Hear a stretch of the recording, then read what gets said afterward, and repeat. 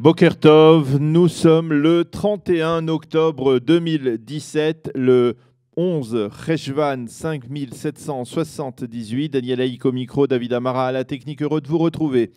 en ce mardi matin pour une nouvelle heure d'actualité, une heure un peu décalée ce matin qui va débuter comme chaque matin par un premier flash d'information. Vers 8h10, c'est Eliana Gurfinkel qui consacrera sa chronique ce matin à Rachel Imenu, la matriarche Rachel, dont c'est aujourd'hui l'anniversaire de décès et que l'on commémore en particulier sur le site de son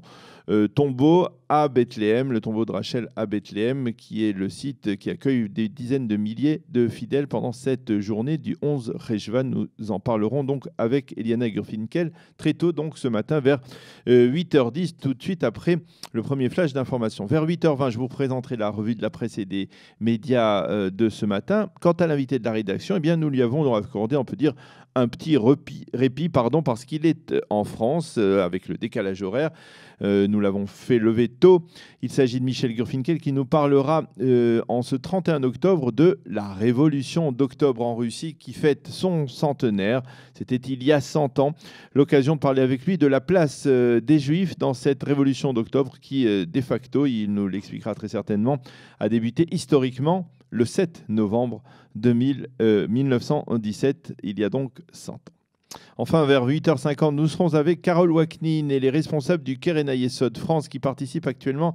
à ce que l'on pourrait appeler l'excursion préférée des Israéliens, le Shvil Israël, le chemin d'Israël, qui permet aux Israéliens de découvrir les merveilles naturelles de leur pays, de l'État d'Israël. Eh bien, c'est aujourd'hui le Shvil du Keren Hayesod de France qui participe donc à ce Shvil Israël, et nous parlerons donc avec eux de cette excursion, de ce programme du Keren Hayesod France à partir de Masada, où il se trouve donc ce matin.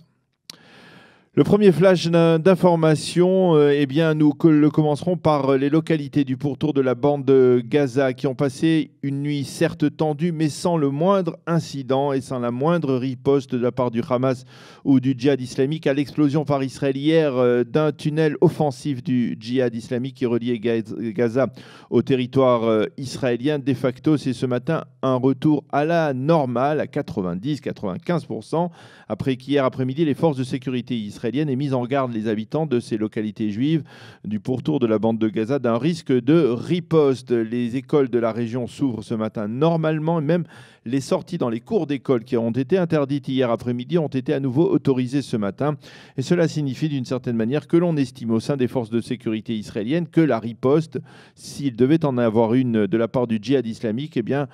devrait être modérée. De l'avis général des observateurs, personne, ni les Israéliens, ni les Palestiniens, ne souhaite actuellement une brusque dégradation de la situation dans la bande de Gaza ou à la frontière entre la bande de Gaza et l'État d'Israël. D'ailleurs, selon les analystes israéliens, ce n'est pas un hasard si Tsahal a choisi la date d'hier pour détruire aussi massivement ce tunnel offensif qui a coûté une attaque qui a coûté la vie à 7 terroristes, dont un chef militaire du djihad islamique. En effet, côté israélien, on sait que c'est ce soir à minuit que le Hamas doit céder le contrôle des postes de passage de la bande de Gaza aux forces de l'autorité palestinienne. Et côté israélien, on a donc estimé que dans ce court laps de temps, eh bien, le Hamas n'osera pas réagir de crainte de mettre en péril l'un des développements clés du processus de réconciliation avec l'autorité palestinienne. En politique intérieure, la crise au sein de la coalition gouvernementale déclenchée samedi soir par le député Likoud David Bitan, qui est aussi le président de la coalition gouvernementale. Cette crise a été maîtrisée la nuit dernière lors d'une rencontre entre Ayelet Shaked, la ministre de la Justice, Shulim Moualem du foyer juif et David Bitan. Il a été décidé de reporter d'un mois le débat sur la fameuse loi dite française qui doit empêcher toute poursuite pénale contre un Premier ministre en exercice. En échange, eh bien, la loi interdisant à des enquêteurs de la police de publier leurs recommandations aux conseillers juridiques à l'issue de l'enquête, eh bien, cette loi devrait être soumise à l'aval de la commission interministérielle des lois dès le début de la semaine prochaine. Le grand rabbinat d'Israël a réagi hier de manière très critique, très vive au dernier verdict de la Cour suprême autorisant l'ouverture de supérettes à Tel Aviv le Shabbat. Pour le Conseil du grand rabbinat d'Israël, il est regrettable que je cite, que le libéralisme porte ainsi atteinte à un symbole aussi important du judaïsme que le Shabbat. Au cours de cette réunion, le grand rabbin Israël Meir Lo, qui est l'ancien grand rabbin d'Israël et aujourd'hui le grand rabbin de Tel Aviv, a expliqué et détaillé les efforts qu'il avait entrepris au cours de nombreuses années, pendant de nombreuses années, pour empêcher toute profanation du Shabbat dans la ville qui ne dort jamais, sans succès véritable. Enfin, c'est demain que sera commémoré le souvenir de l'assassinat du Premier ministre Yitzhak Rabin, assassiné il y a 22 ans par un étudiant juif, Yigal Amir. À l'occasion de cet anniversaire, un sondage révèle que de plus en plus de membres de la mouvance sioniste religieuse acceptent de participer à des cérémonies à la mémoire d'Yitzhak Rabin, ce qui n'était pas évident et qui n'est pas le cas en tout cas au cours des premières années qui avaient suivi l'assassinat. Selon cette enquête, 80% des jeunes sionistes religieux se disent prêts à visiter le centre Rabin et à participer à des ateliers sur des thèmes tels que la violence politique et le dialogue entre les diverses composantes de la société israélienne. La météo pour terminer, le temps sera partiellement nuageux à clair. Il fera aujourd'hui 20 degrés à Jérusalem, 25 à Tel Aviv et 30 degrés à Eilat. Nous allons marquer une pause musicale et on va se retrouver